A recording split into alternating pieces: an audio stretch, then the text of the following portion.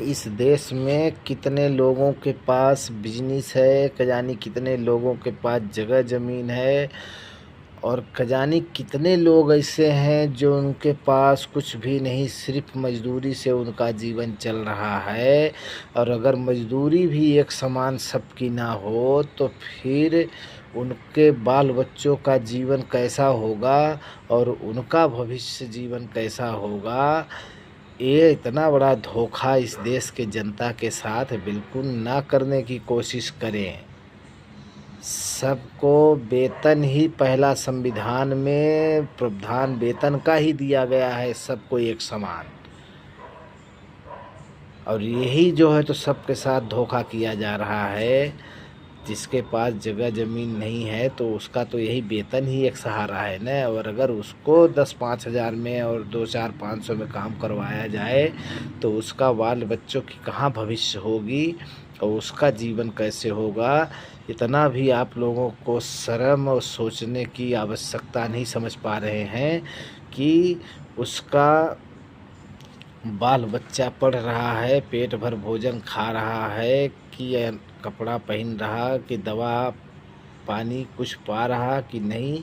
आप लोग आज तक 80 साल से देश आज़ाद हुआ, संविधान लागू हो गया 50 इतने सालों से, आप लोग एक बार भी नहीं सोचने की कोशिश किया। ये लोगों ने तो लूटा ही राक्षसों ने, लेकिन कम से कम वर्तमान समय में जो बैठे हैं तो कहते हैं धर्मात्मा व्यक्ति बैठा हुआ है सत्ता में, तो आपको तो सोचना मांगता था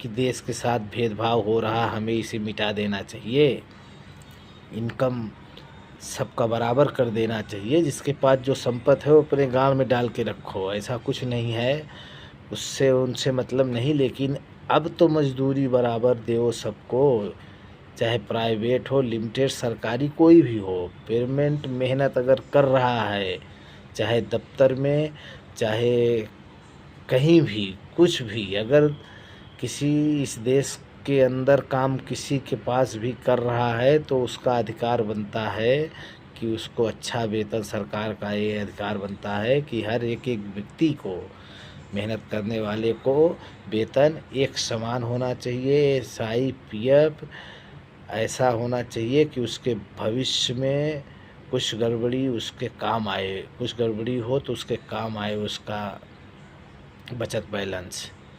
लेकिन यहाँ तो 50 करोड़ जनता ऐसे हैं कि उनका लाइफ में कुछ है ही नहीं है, बीमार पड़ गए तो उनका बाल बच्चा भूखा मर जाए, ऐसे 50